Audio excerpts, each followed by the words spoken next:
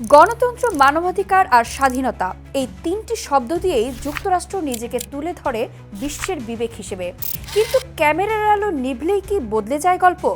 ইতিহাসের পাতায় উল্টো করে তাকালেই ভেসে ওঠে এক ভিন্ন আমেরিকা, যেখানে গণতন্ত্র রপ্তানির নামে নেমে আসে বোমা, ক্ষমতা বদলের খেলায় বন্দী হন রাষ্ট্রপ্রধান, আর রক্ষক পরিচয়ের আড়ালে ধ্বংসস্তূপে পরিণত হয় দেশ। গত 2 শতকে এমন কোনো দশক নেই যেখানে মার্কিন বুথ পড়েনি ভিন দেশের মাটিতে। প্রশ্ন উঠছে, এ কি সত্যিই ন্যায়ের শক্তি, নাকি বিশ্বের ভাগ্য নির্ধারণে অভ্যস্ত এক অপ্রতিরোধ্য সামরিক যন্ত্র? আজ আমরা ফিরব সেই ইতিহাসে, যেখানে যুদ্ধ শুধু যুদ্ধ নয়, এটা ক্ষমতার গল্প।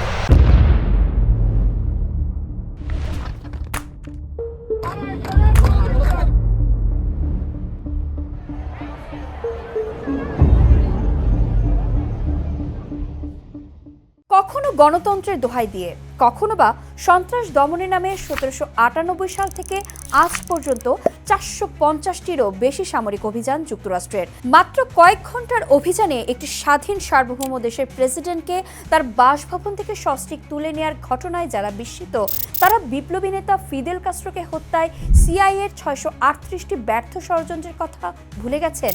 লাতিন আমেরিকায় যুক্তরাষ্ট্রের প্রত্যক্ষ ও পরোক্ষ সশস্ত্র হস্তক্ষেপের দীর্ঘ ইতিহাস ভুলে গেছেন। অবশ্য যে দেশের জন্মই হয়েছে অন্যের আবাস ভূমি কেড়ে নিয়ে, তারা বাকি পৃথিবীর সঙ্গে এর চেয়ে ভালো আর কি করতে পারবে? পৃথিবী জুড়ে মানবজাতির ছড়িয়ে পড়ার সেই আদি যুগ থেকেই নেটিভ আমেরিকানরা উত্তর আমেরিকার ভূখণ্ড জুড়ে ছিল।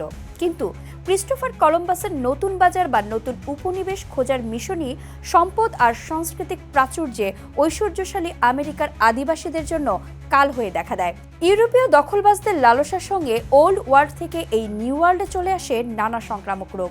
যুদ্ধ আর জীবাণু মিলে ফার্স্ট আমেরিকানদের প্রায় বিলুপ্তই করে ফেলে। উত্তর আমেরিকা মহাদেশের বিশাল ভূখণ্ড হয়ে যায় ইউরোপের বিভিন্ন দেশের উপনিবেশ। 1776 সালে এসে এমনই 13টি ব্রিটিশ উপনিবেশ স্বাধীনতা ঘোষণা করে।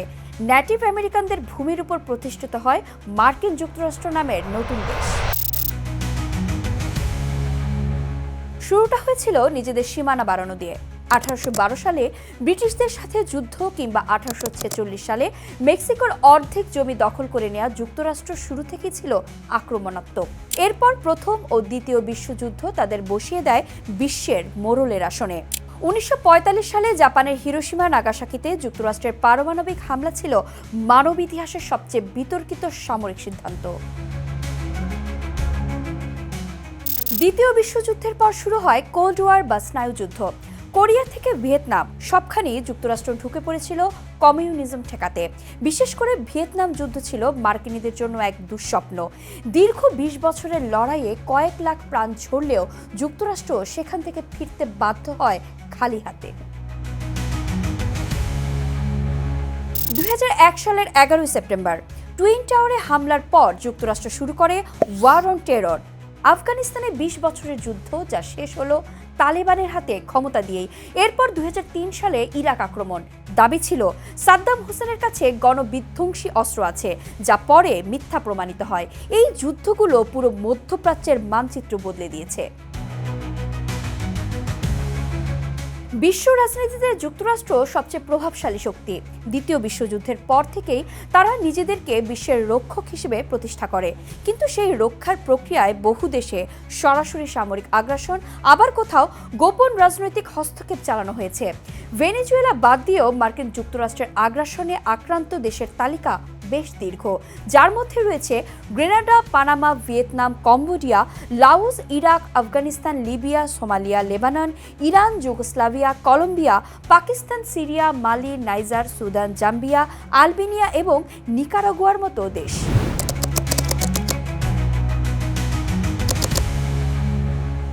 যুক্তরাষ্ট্র গত 200 বছরে লাতিন আমেরিকা, দক্ষিণ আমেরিকা এবং ক্যারিবীয় অঞ্চলে প্রকাশ্যে কিংবা গোপনে সংখ্যা সামরিক অভিযান পরিচালনা করেছে। ভেনেজুয়েলা এমন আগ্রাসনের সর্বশেষ উদাহরণ। কোনো সার্বভৌম দেশে হামলা চালিয়ে প্রেসিডেন্ট ও ফার্স্ট লেডিকে এভাবে তুলে নিয়ে যাওয়ার ঘটনা আধুনিক ইতিহাসের নজিরবিহীন। লাতিন আমেরিকায় সিআইএর প্রথম গোপন অভিযানের বিষয়ে প্রশ্ন করা হলে যুক্তরাষ্ট্রের কেন্দ্রীয় গোয়েন্দা সংস্থা বছরের পর বছর বলেছে, এই নথিগুলোর অস্তিত্ব আমরা নিশ্চিত করতে পারি না, আবার অস্বীকারও করতে পারি না। ঘটনাটি ছিল 1954 সালে গুয়েতামালার নির্বাচিত প্রেসিডেন্ট হাকাবো আরবেন্সকে ক্ষমতা থেকে সরানোর বিষয়ে সিআইএর ভূমিকা নিয়ে। তৎকালীন সময়ে যুক্তরাষ্ট্র সরকার সরাসরি কোনো হস্তক্ষেপের কথা স্বীকার করেনি, তবে পরবর্তী সময়ে প্রকাশিত নথি ও গবেষণায় উঠে আসে সিআইএর গোপন অভিযানের তথ্য। এই অভিযানের পর গুয়েতামালায় দীর্ঘদিন সামরিক শাসন ও রাজনৈতিক অস্থিরতা শুরু হয়। বিশ্লেষকদের মতে এটাই ছিল লাতিন আমেরিকায় সিআইএর প্রথম বড় গোপন রাজনৈতিক হস্তক্ষেপ। 1965 সালে ডোমিনিকান রিপাবলিকে মার্কিন সেনা পাঠানো হয় সরাসরি। এরপর 1983 সালে ছোট্ট দ্বীপরাষ্ট্র গ্রেনাডায় সামরিক আগ্রাসন চালায় যুক্তরাষ্ট্র।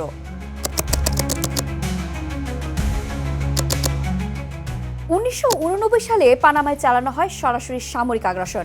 অভিযানের নাম দেয়া হয় অপারেশন জাস্ট কজ। বাস্তবে হাজার হাজার বেসামরিক মানুষ এতে ক্ষতিগ্রস্ত হয়। এই আগ্রাসনের মূল লক্ষ্য ছিলেন পানামার শাসক ম্যানুয়েল নোরিয়েগা। আগ্রাসনের পর নোরিয়াকে গ্রেপ্তার করে যুক্তরাষ্ট্রে নিয়ে যাওয়া হয় এবং সেখানে বিচার করা হয়। ইতিহাসে খুব কম উদাহরণ আছে যেখানে এক দেশের শাসককে আরেক দেশে সরাসরি বন্দী করে নিজের দেশে নিয়ে গেছে। 2001 সালে আফগানিস্তানের তালেবান সরকারের বিরুদ্ধে যুদ্ধ শুরু করে যুক্তরাষ্ট্র। এরপর 2003 সালে ইরাকে আগ্রাসন চালিয়ে সাদ্দাম হুসেনের সরকার উৎখাত করা হয়। গণবিধ্বংসী অস্ত্রের অভিযোগ তুলে শুরু হওয়া এই যুদ্ধ পরে মিথ্যে প্রমাণিত হলেও ইরাক ধ্বংসস্তূপে পরিণত হয়। 2021 সালে যুক্তরাষ্ট্র সরে যেতেই আফগানিস্তানে বিপুল অর্থ ব্যয়ে গড়া তাদের রাষ্ট্র ব্যবস্থাটি ভেঙে পড়েছিল। সেই আফগানিস্তানের নারীরা আজও শিক্ষাবঞ্চিত।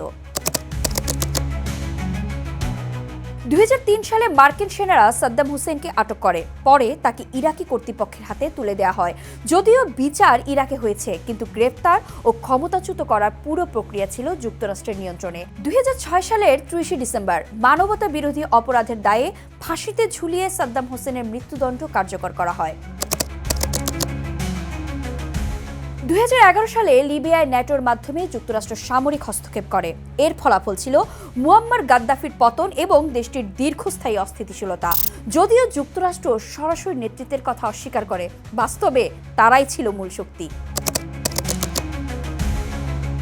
2004 সালে হাইতির রাষ্ট্রপতি জব বার্টা অ্যারিস্ট্রাইট মার্কিন সেনাদের তত্ত্বাবধানে দেশ ছাড়তে বাধ্য হন। তিনি একে অপহরণ বললেও যুক্তরাষ্ট্র দাবি করে এটি ছিল স্বেচ্ছায় নেওয়া সিদ্ধান্ত। ঘটনা আজও বিতর্কিত। ইতিহাস বলছে 1994 সালে হাইতিতে 25,000 সেনা এবং 2টি বিমানবাহী রণতরী দেশটির শাসন পাল্টে ফেলেন প্রেসিডেন্ট বিল ক্লিন্টন। কিন্তু পরের 30টি বছর দুর্দশাগ্রস্ত দেশটির নাম ছিল হাইতি। সেই হাইতিও আজ সশস্ত্র গ্যাংয়ের দখলে থাকা এক ব্যর্থ রাষ্ট্র। 70-এর দশকে নিকারাগুয়ার বিপ্লবী সান্দানিস্তা সরকারের বিরুদ্ধে কিভাবে কৃত্রিম বিদ্রোহ তৈরি করে দেশটিকে দীর্ঘমেয়াদী গৃহযুদ্ধের দিকে ঠেলে দেয় যুক্তরাষ্ট্র, সে ইতিহাস অনেকের জানা। হন্ডুরাসের সাবেক প্রেসিডেন্ট জুয়ান অরল্যান্ডো হার্নান্দেজের ঘটনাটি প্রমাণ করে তার বিরুদ্ধে যুক্তরাষ্ট্র যা বলছিল তা ছিল এক ধরনের ভণ্ডামি। আল জাজিরা বলছে, হন্ডুরাসের সাবেক প্রেসিডেন্ট জুয়ান অরল্যান্ডো হার্নান্দেজকে 2022 সালে যুক্তরাষ্ট্রের উদ্যোগে দুর্নীতি ও মাদক পাচারের অভিযোগে গ্রেপ্তার করে প্রত্যর্পণ করা হয়। একই বছর তাকে 45 বছরের কারাদণ্ড দেয় মার্কিন আদালত। তবে 2025 সালের 1 ডিসেম্বর ডোনাল্ড ট্রাম্প তাকে ক্ষমা করলে মুক্তির পর হন্ডুরাসে তার বিরুদ্ধে আন্তর্জাতিক গ্রেপ্তারি পরোয়ানা জারি হয়। যুক্তরাষ্ট্রের গণতন্ত্র কি তবে ধ্বংসের অন্য নাম? সাদ্দাম থেকে গাদ্দাফি, ইতিহাস বলছে শান্তির আড়ালে যুক্তরাষ্ট্র শুধু যুদ্ধই ফেরি করেছে। ক্ষমতার এই খেলায় দেশগুলো আজ কেবলই ধ্বংসস্তূপ। প্রশ্ন একটাই, যুক্তরাষ্ট্র কি আসলেও রক্ষক নাকি বিশ্বের ভাগ্য নিয়ে খেলা করা এক ভয়ঙ্কর শক্তি? আপনার মতামত কমেন্টে জানান। পরবর্তী পর্বের জন্য সাথেই থাকুন।